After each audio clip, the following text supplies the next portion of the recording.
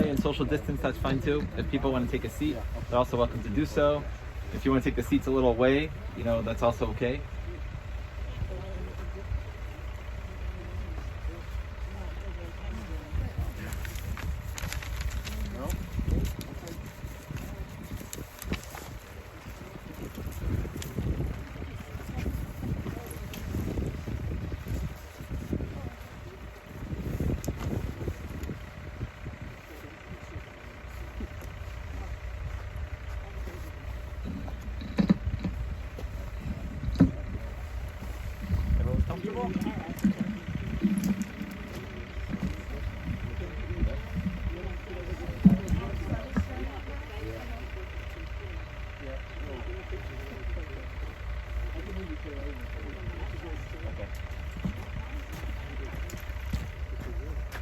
We'll go ahead and get started. If I may preface by saying one of the cardinal rules of a rabbi is you're not late to a funeral. But I might add to that and say that it's okay to be late to a funeral if the people are like friends. And so I very much consider this group of people, the Buckles family, the Simon family, we're really like old friends, and we've met at a lot of sad occasions and happy occasions too. So maybe it was my way of saying I feel like a friend that I was coming late. So my apologies to all the people who got colds, and apologies to Marcia, at this time of her honor that I was late for it. Marcia is a very sweet lady, a very special person. The beautiful picture she has in the obituary really says it all, that she was proud and she was strong. She had a good smile on her face. And when she was quiet, you never know what she was about to say and what she was thinking. I know she had a dear love for her family, especially her husband and her 3 sons, and the beautiful family that together they all brought to her in her life. I see the sun is shining now, so it's a nice sign on this cold day. We're going to start by saying the 23rd Psalm, first in Hebrew, then in English. Mizmor LeDavid, Adonai roi lo iksar, B'nai steshach yarbitzeni, al mei menuchos yirachaleni. Nafshi yeshovev yancheni v'maglei tzedek leman shemo. Gam ki elech v'keitzal maves, lo yirara ki ata imadi. Shiftecha umishantecha hima yenachamuni. Tayrach lefanai shulchan neged sayrai. Yishante v'shemen roshi, kosi revaya. Achtov v'chesed yirdefuni, kol yemei chayai, v'shavte b'beis Adonai, la'orach yamim. A Psalm of David. God is my shepherd, I shall not lack. In lush meadows he lays me down, beside tranquil waters he leads me. He restores my soul. He leads me on paths of justice for his name's sake. Though I walk in the valley overshadowed by death, I will fear no evil, for you are with me. Your rod and your staff, they comfort me. You prepare for me a table before me in my torments. You anointed my head with oil, but my cup overflows. May only goodness and kindness pursue me all the days of my life, and I shall dwell in the house of the Lord for many long days. It's also a strong Jewish custom that at the funeral of a woman, we say a selection called Eshes Chayil, the woman of valor, a selection from the Proverbs, and it uses the order of the alphabet to list out all of the beautiful qualities of such a special woman. Eshes Chayil miyimsa, birachok mipnini mechra, batach balev bala, b'shalal yeliksar. Gamalsu tov velora, kol yemei chayecha. Darsha tzemer ufishtim, betas bechapetz kapecha. Haisa kini av socher, mimerchak tavi lachma, betakam beod laila, bitin terach, leves lechoik narusecha.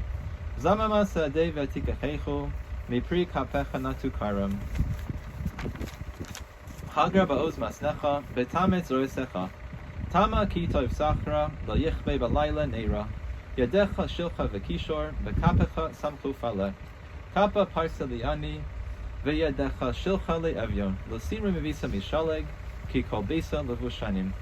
Marvadim asisala, sheish v'argman levusha. Noda b'sharim bala, v'shifto im zikni aretz. Sadim asisal v'timkor, v'chagor nasnut kanani. Oz v'hadar levusha, v'tischoik liyom acharon. Picha pascha b'hachma, v'soyres chesed al l'shoina. Sophia halicha ispesa, belechem atzlus loisochel. Kamu vanecha ve'yeshura, va'ala va'yehala. Rabos banos asochayel, yatalis al kulana.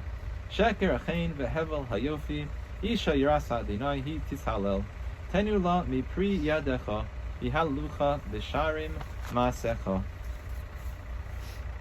An accomplished woman who could find, far beyond pearls is her value. Her husband's heart relies on her, and he shall lack no fortune. She repays his good, but never his harm, all the days of her life. She seeks out wool and linen, and her hands work willingly. She rides as well as night, and gives food to her household. With strength she girds her loins, and invigorates her arms. She spreads out her palm to the poor, and extends her hand to the destitute. She fears not snow, for her household is clothed with scarlet wool. She makes a cloak to sell, and delivers a belt to the peddler. Strength and majesty are her raiment. She joyfully awaits the last day. She opens her mouth with wisdom, and a lesson of kindness is on her tongue. She anticipates the ways of her household, and partakes not of the bread of laziness. Her children arise and praise her. Her husband, he lauds her. Many daughters have amassed achievement, but you have surpassed them all. False is grace, and vain is beauty. A God-fearing woman, she should be praised. Give her the fruits of her hands, and let her be praised in the gates by her very own deeds.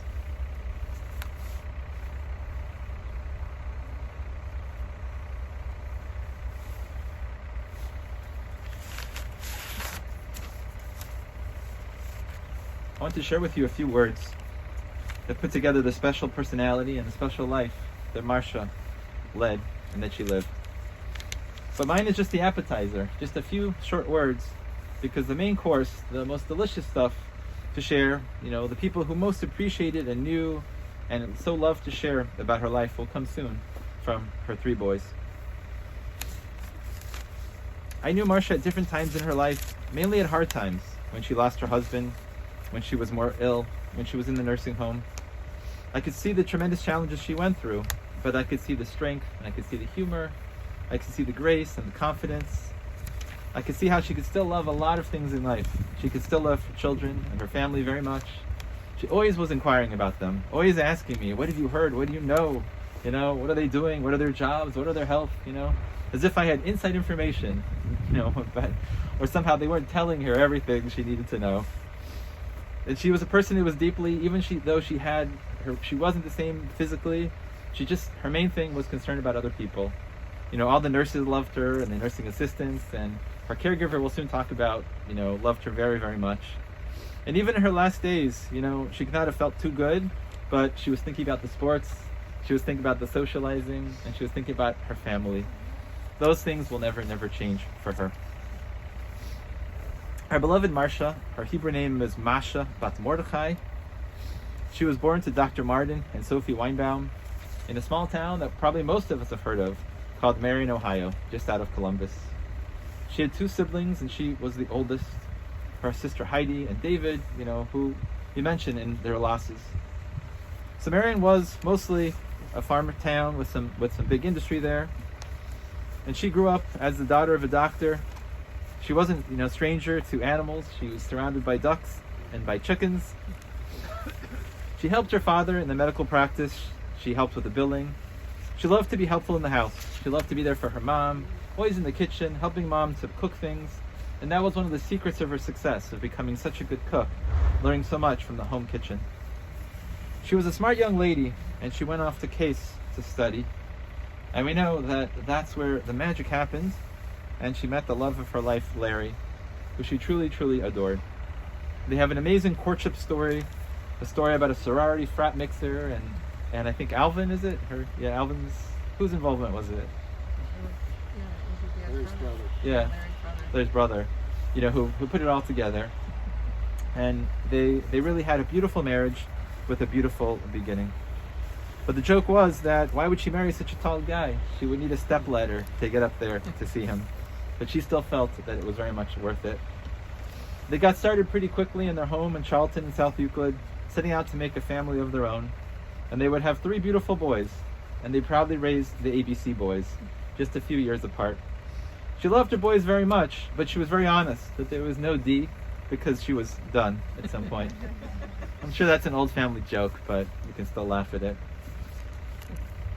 She was pretty serious. She did a lot of things. She did all the things she needed to do in life, but she had plenty of time for fun and things that she enjoyed. She loved her Ohio State, her football, and she was very proud of the fact that I think during the time she was in college, she actually made it to the Rose Bowl one year to see Ohio State play, all the way on the West Coast. One of her things that she loved in life was shopping. And it didn't have to be shopping at Nordstrom's or a fancy place. Dollar Tree also qualified. Because after all, a bargain is a bargain. It doesn't matter where you found it or how much you spent. The main thing is what you didn't spend, not much how much you actually spent. But the thing about her was, as we alluded to before, she was a real social lady. And some people are social because they just want to know for themselves what's going on. But I think she was much deeper. She really cared about everybody. She really wanted to know for their sake how they were doing, to make sure they were okay. And she got put in a pretty good situation. Between Larry's business and the community and the synagogue, she seemed to know everybody, which is something that worked out just so perfectly for a person who cared so much about the world. But one of the reasons she was so social and had time to get to know what was going on in people's worlds, well, she didn't like to sit around. She was a lady who was busy, always doing stuff, always getting out, always on to something new and something different. And even though she was busy with her stuff, she had time to do what was most important, which was raising this family, as we alluded to many times, raising these boys and taking such good care of Larry. And she also had time for the Jewish community. She was very proud to be in the sisterhood for B'nai Shurin, and then she went on to help at Congregation Bethenu, doing their own Shabbos, Shabbat celebrations. She had many good friends, many people who really liked her and respect her. And what made it easy was, besides she was fun, and besides you could watch sports with her, but she was very honest and very direct. You knew exactly where you stood with her. She didn't pull any punches. She didn't pretend to believe in something she didn't. What you saw was what you get. And I think for those people who really appreciated her and loved her, that was a key to a really good and a very deep relationship. Later in life for Larry and for Marcia, things did get hard, and they really needed more help and more assistance. And one of the most amazing things was Dorothy, the caregiver. Having you in their life, you gave them a lot of fun. You didn't just make sure they were clean and well fed. You got them out on trips. You got them happy. You got them doing stuff. And as time became harder and there was more things to do and your job description changed, you were there for them in a very special way, especially for Marcia at the towards the end of her time in the apartment. So I could go on, but I think you really want to hear more from these guys than from me, because they all have their own personalities, just like Marcia, and their own style and humor. And they can tell over a lot of anecdotes that I cannot begin to even describe. So we now present her beloved boys, who will give eulogies on her behalf. Come on, guys. Good morning, everyone. First, I want to thank everybody for coming out here. And, some came very close, some came very far. It's challenging this time, given COVID and everything else. I was thinking back the past couple days, trying to put my thoughts together. Think about what to say, and two challenges came up. Number one, 85 years. There's a lot of things that happened in Marcia's life, in my mom's life, and to put that together, to condense it. Number two, I knew how cold it was going to be, and I didn't want to talk on, so I wanted to pick out the tidbits to kind of what I remember about Mom, what my brothers remember about Mom, and what friends and family remember about Mom. As the rabbi said, she grew up in Marion, Ohio. And the interesting thing about Marion, Ohio is how they got there. And it was a story told to us years ago. A dear friend of my grandfather's, Saul Freed, he was in Cleveland, and he went to the train station to buy a ticket. And he went up to the ticket master and said, "Give me a ticket to Kenton." And they gave him a ticket to Kenton, Ohio. He was wanting to go to Canton, Ohio. So he ends up in Kenton. Who ever heard of Kenton? And anyways, he got talking to my grandfather, and my grandfather ended up starting a practice in Marion, Ohio, and they went from there. And Martin became a very successful doctor. Years ago, I was on the phone talking to someone, and they lived in Marion, and it turned out that Papa Marty had delivered her mother and her. So they had tentacles that went way out. They were one of the first Jews to live there. The Jewish community in Marion, Ohio was very small. They didn't even have a full-time rabbi. The rabbi had to travel in for the holidays and stuff, and I can remember going to services there. And the Jewish tradition was very important to my mom. We had great Passover, Hanukkah, always very important. Went to Hebrew school. When it started out, when we were young, Mom was always the great homemaker. She was a great cook. Of course, she had an endless supply of food, given the fact that we're in the food business. And one of my close friends said to me, which really hit home, Marcia always welcomed you in the home. She was a fabulous cook, baking. Nobody could forget her briskets, the stuffed cabbage, just on and on. I can remember her. We'd go pick apples at Patterson Farm, come back home, and Larry and Marcia would sit there, grind the apples, put the red hots in to make red applesauce. And that's a tradition that Andy carries on now. Still makes the applesauce. So there are little things that go on. Mom was always driving us to Hebrew school, to practices. Started out in the purple Plymouth station wagon, and then the Country Squire, and then the Mercury Capri. And then somehow, later in life, they end up driving Subarus. I don't know how that ended up, but now Marissa gets to carry on the tradition, driving Nanny's Subaru. Fortunately, Brian and I moved out early, and we weren't as close as we could have been, but we, of course, always kept in touch. Mom was always concerned about what was going on when we were in college. Andy took over the business, which was fabulous, and he was there to the end, and that was very important to Brian and I. Particularly, we thank Amy and Andy for being there. It was very challenging. We understand how difficult it was to deal with Mom. It was hard enough just talking to her on the phone. And then, of course, there was Dorothy. And Dorothy, God bless you. I mean, the rabbi talked about how great you were. The one thing that was even more important, you were a referee. How many fights did you have to break up between them? But it was all good. You understood that, and that was very important. But Mom told you where she stood on things. She didn't have a filter, but that was okay. We understood that. But she always cared about our kids, what was going on in school, checking on each and every one of us. So what I say to you now is that Marcia, over 85 years, Mom, left very big footprints. And that's for us. That's for Brian. That's for Andy, Josh, Alec, Marissa, Noah, Max, Braden, Macy. It's for each and every one of you to carry on that tradition and to make her proud, because she's going to be watching over it, just like Popeye has. Oh, one last thing I had to share. I forgot about this. Mom's shopping. The funniest thing, we talked about that. First, it started out here, Mark's, Giant Eagle, the dollar store. In Florida, she used to go to the discount. She'd go to the outlet malls with her sister. Love that. And everybody remembers, when you get a gift from her, what did it include? Monogram napkins. Always.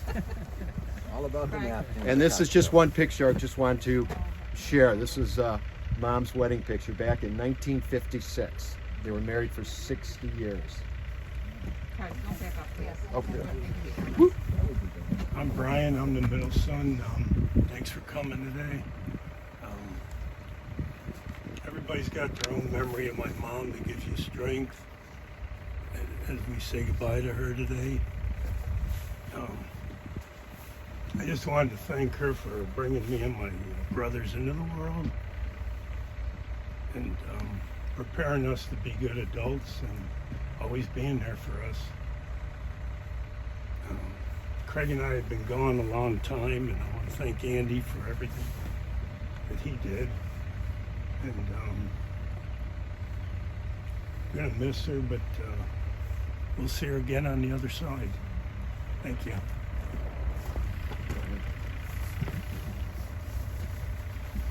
All right.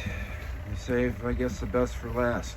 Even though I'm the first in the line of the ABC boys, but I came last, so guess Mom got it right. And it took her 2 times, but she got it right. Anyhow, as mentioned, I was the one that was at home. Her little boy, I stayed home. In Jewish, they say it's full circle. It's why we have the hard-boiled eggs at Shiva. Life continues, so very true here. Mom was there for me in the beginning, and I was there for her in the end. She will always be our hearts, our heads forever. Can never take that away. I learned so much watching her, growing up with her. I learned what soap operas were. We'd sit on the couch, first watching The Edge of Night, then of course Luke and Laura and General Hospital. Got that from Mom. And then I was the ones, because I was home, I was schlepped to the flea markets and the car shows. It was a great time. I still love going to the flea markets and thinking of Mom. I also got her shopping prowess from her. It's, I avoid the dollar stores. I'm a little step up from where she was, but and I'm sure everybody was privy on getting some of those envelopes with those assorted newspaper articles or random pictures. It just, unfortunately, it was just a disease that took over with Mom. She was always a saver and scrapbooking, which was great because I found some things I never knew existed for her scrapbooking. But, wow. What more can you say about Mom? I'm looking around, I see all these different stones, and I'm like, wow, those, all her friends, her professor's group, everybody's together now. Well, most,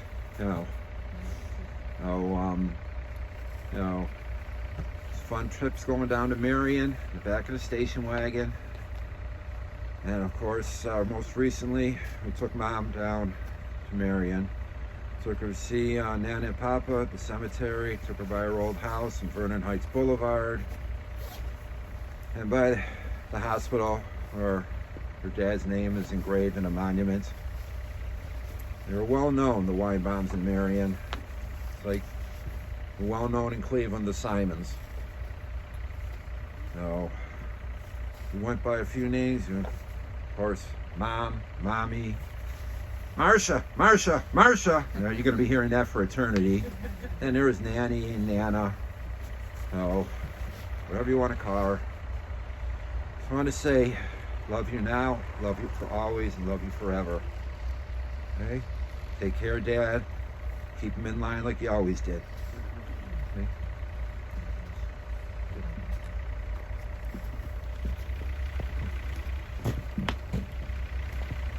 Thank you so much to the boys for the beautiful stories and the beautiful personal connections. So now we're going to rise if we can, and we're going to go ahead and lower the casket. We're going to ask the immediate family to put some earth on top of the casket once it's lowered. Then we'll put the cover on top of it, and then once the cover is on top of it, all of us together as a community will take care of the special mitzvah of placing earth and helping to surround her physically with the love and caring that we have for her.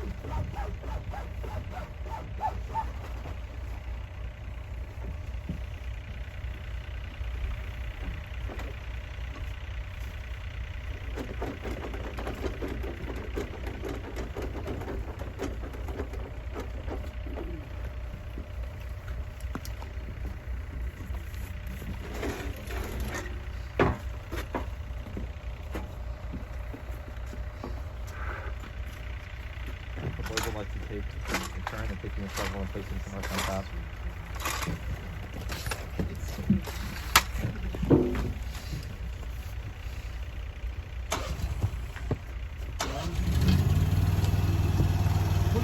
Push them back, way back. Push them back, way back. Oh, wait. I-O.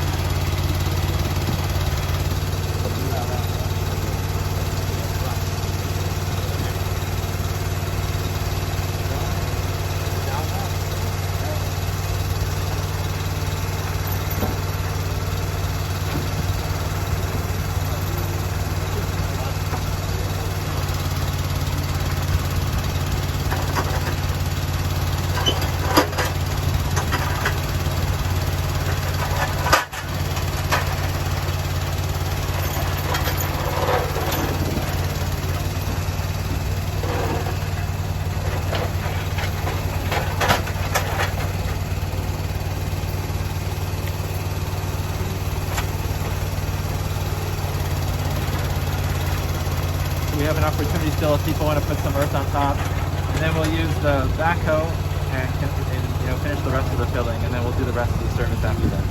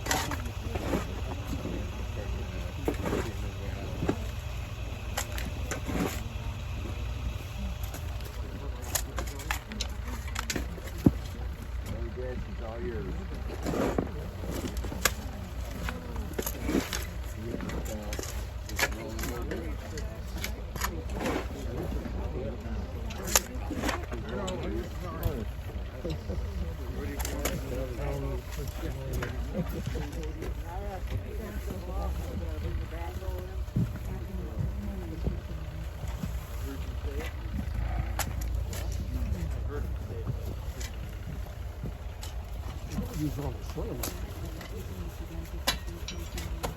you go, sir.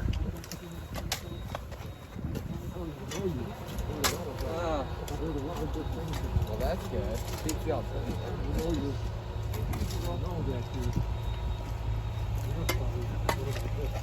Really?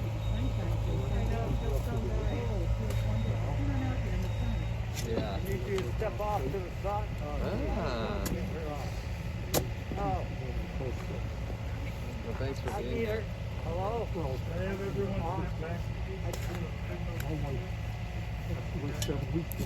He's probably heading back to Wisconsin. Yeah, this guy. No, that's Alec has a.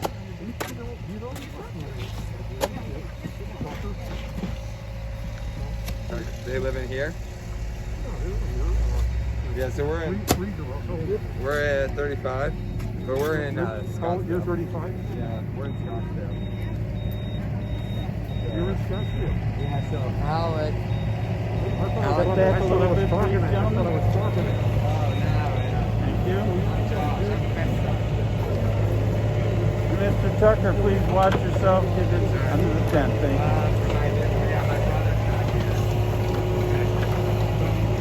But I'm married too. No.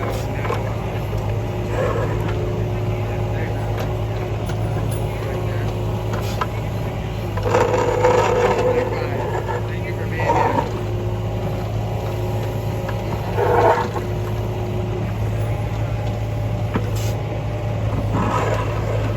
I'd like to drive that windshield.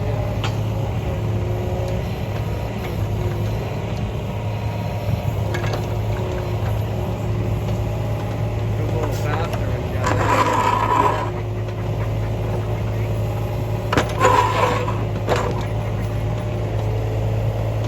To give us turns driving.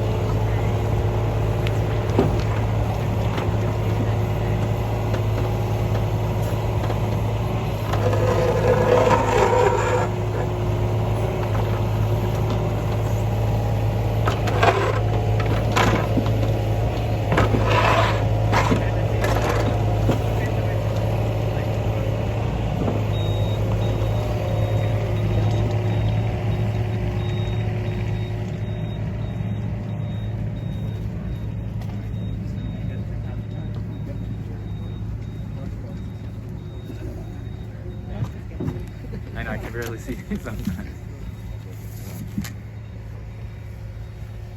Feels so good, doesn't it? Sure does.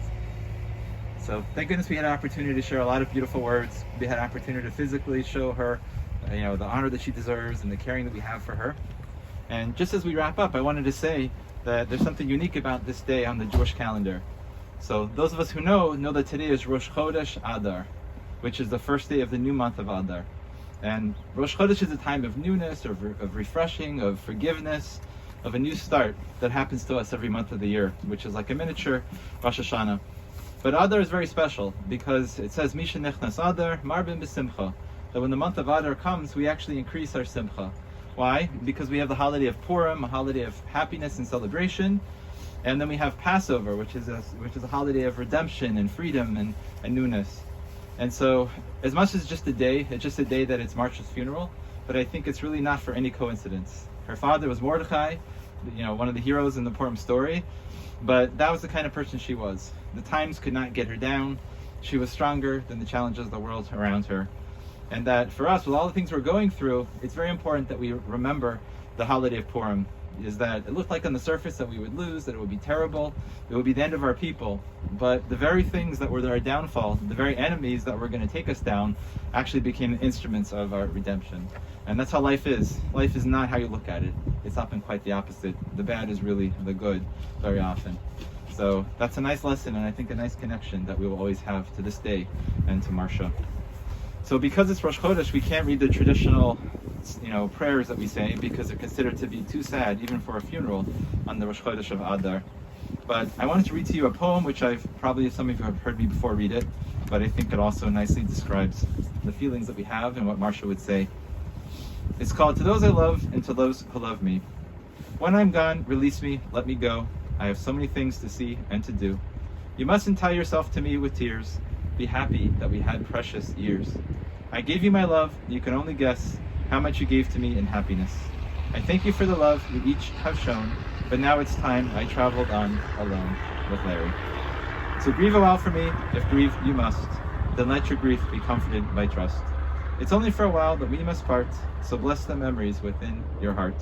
I won't be far away, for life goes on, so if you need me, call me and I will come. Though you can't see or touch me, I'll be near, all of my love around you, soft and clear. And when you must come this way alone, I'll greet you with a smile and say, welcome home. Just to conclude, one of the things that's mentioned in the obituary is that if anyone is wishing to make a donation on her behalf, they could do so to the UH. My paper here. I got it. Thanks so much. They could do so to the Peter D. Crystal Chair of Neurosurgical Oncology, care of Dr. Andrew Sloan at UH, if someone is so inclined.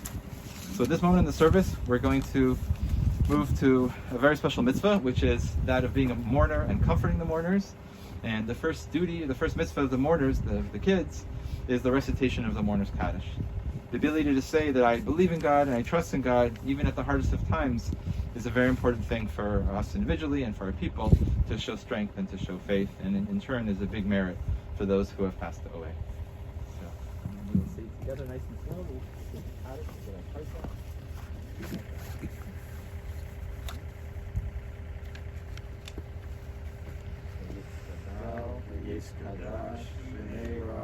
Amen.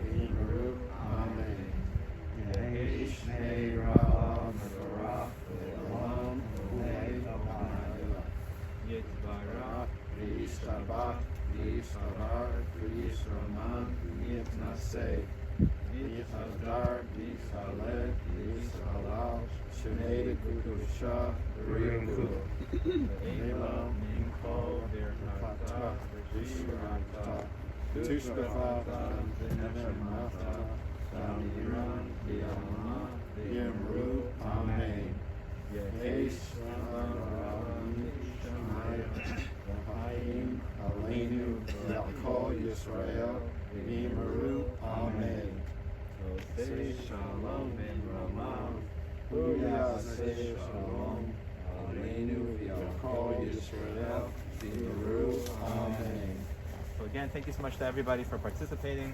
We all pray together that the beautiful blessing and the beautiful memories of Marcia should always be a blessing, and that her light and her strength, her personality, and all of the great things she accomplished in life should really shine on her family and on her children and her grandchildren.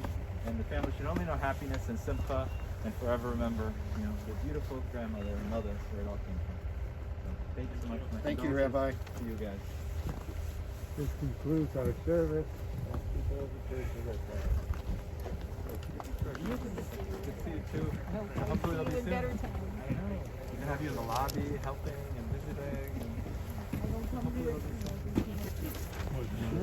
soon. Thank you. And this Okay, you too. Okay, I'll get it from Andy. Christina, so Okay. yeah. There you go. Yeah, but I'll tell you a little Thank secret you. that I'm probably going to be working more in Menlo Park now in the future. In both places, so I'll have a chance to see them. Yeah, because you can connect. Right. Yeah. But I might have some duties all over. So. Oh, absolutely. I'll tell her. 'Cause I think about it. Yeah.